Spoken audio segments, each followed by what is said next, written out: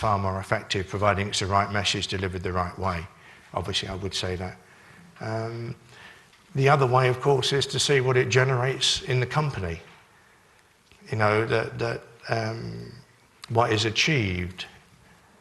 You know, with Harrods, what it's achieved in terms of business over years, or what it's helped to achieve. With Pimlico Plumbers, which is an average business, the growth in the two and a half, probably getting on for 3 years now that we've been involved, you know, and it's gone from there to over there. So they're millions and millions of pounds in front, and they haven't advertised. That's the simple, you know, you can see it for what it is, really. Young lady up there. It was just to come back to what you were saying about creativity, and I just wanted to know from the flip side, how do you convince your clients to go with more off-the-wall ideas? It's a wonderful question. Unfortunately, I haven't got a very good answer. We just say, that's what we're going to do. In other words, you know, if you're coming to us, you're going to do it our way. You might be the most successful star, actor, singer, but the media is my game. And if you're going to employ us, you know, you're going to do it our way. And again, it sounds arrogant, but you have to be with these people because often they're stars and they have huge egos, but all that matters to them is their success. And as long as you can achieve that, then it's easy. It's a lovely job. You know, it's the only way to work in PR is to be like that. In other words, you know, if you're not going to do it our way, it's a waste of your money and my time.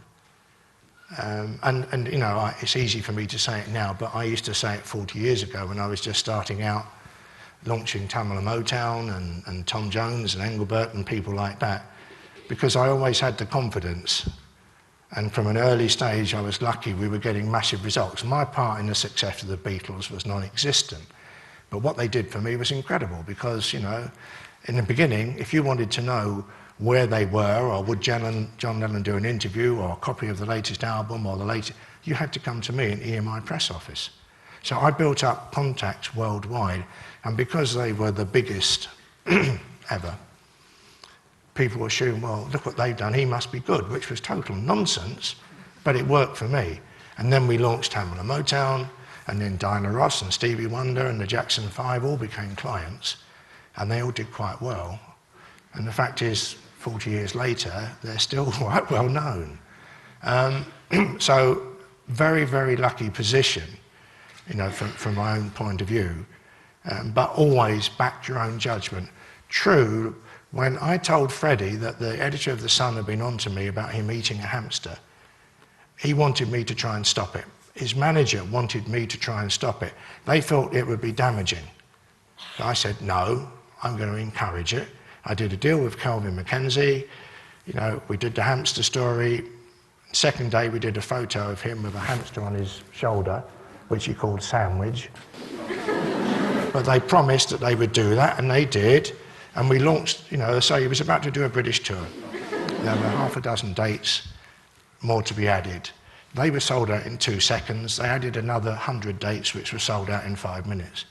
And for 5, 6, 7 years, he worked off the back of the hamster. I mean, but the funny thing was, as I say, that, you know, we do it my way, Freddie, that's the way we work. But because it worked, 2 months later, it was all his idea. I promise you, that's what they're like. I mean, if it works, it's down to them. If it goes wrong, it's down to you. But that's stars, you expect that. What were your objectives for doing Louis Theroux, and did it achieve what you wanted it to? Louis, no, I don't know, did any of you... There was a show I did with Louis Theroux about 4 years ago. It was a challenge, really. I mean, Louis just turns people over. That's what he does. So when he said, I'll do an interview and I'll show what a really nice, kind, warm-hearted person you are, yeah, I know. It's like Colonel Sanders saying to a chicken, trust me. You know? It was a challenge. I thought, well, I'm going to try and beat him at his own game. He's trying to set me up. Why did I do it? It was purely a challenge. you know, he was editing it, so he had all the cards. But we had a wonderful competition. We had 4 months of that competition, which I enjoyed an awful lot more than he did. And a month after it came out, his wife, ex-wife, came to see me and she said, "Oh, Max, it was wonderful. He absolutely hates you." And of course, it didn't work for 2 years after that because everyone could see what it was, if you see what I mean. He's there to turn you over to make you look bloody stupid. If you're the Hamiltons, it doesn't matter. But I thought, well, you know, that's a competition. And I enjoyed it, and I probably enjoyed the end product a little bit more than he did, even though he edited it, because he had to do something, because he spent so much money on the show and so much time. So that's why I did it. I don't regret it. I'm still waiting for one of you girls to ask me something really juicy, but none of you seem to. Must be early in the morning. What tips and techniques can you offer for crisis management? In terms of crisis management, the most important part of crisis management is anticipation. If you're aware of a problem, you can stop it coming out. The most important part these days, often of what I'm doing, particularly with the big companies, is knowing there's going to be a problem if that ever comes out. If anyone gets to know about that, there's going to be a problem. If I'd have been looking after Jonathan Ross, that broadcast would never have gone out, because I would have heard it and said to him, "No way." Now, you can say, well, anyone can say that, but I've done it 1,000,000 times for 1,000,000 people over the last 40 years. So the biggest and most important factor of crisis management is anticipation. I'll give you a little story to finish, because I think I'm probably way over time, aren't I? Yeah, I am. Normally am. Little boy called George, who Joe introduced me to. He said, "Stand up, love, and wave, because she's lovely. Go on, don't be shy." Sitting in the corner. Anyway, introduced me to George some time ago. And I got a call from Bridget, who runs the hospice, the Chase Children's Hospice, near Guildford in Surrey, near where I live. He hasn't got long to go, Max, and he'd love to go to EastEnders. This is only a year ago. So I know Barbara and I know most of them there.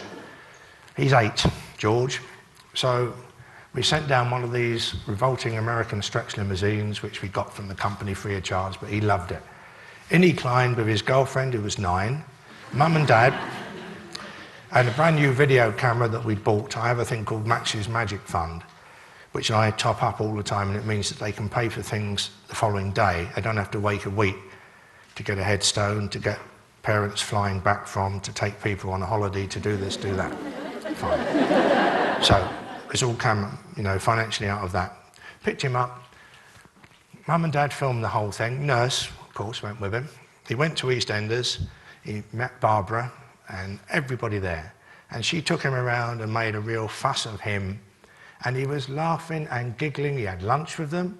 He went on the set. He played a little character. He did all kinds of things with them. By 4 o'clock, he was exhausted. So they put him back into the limousine.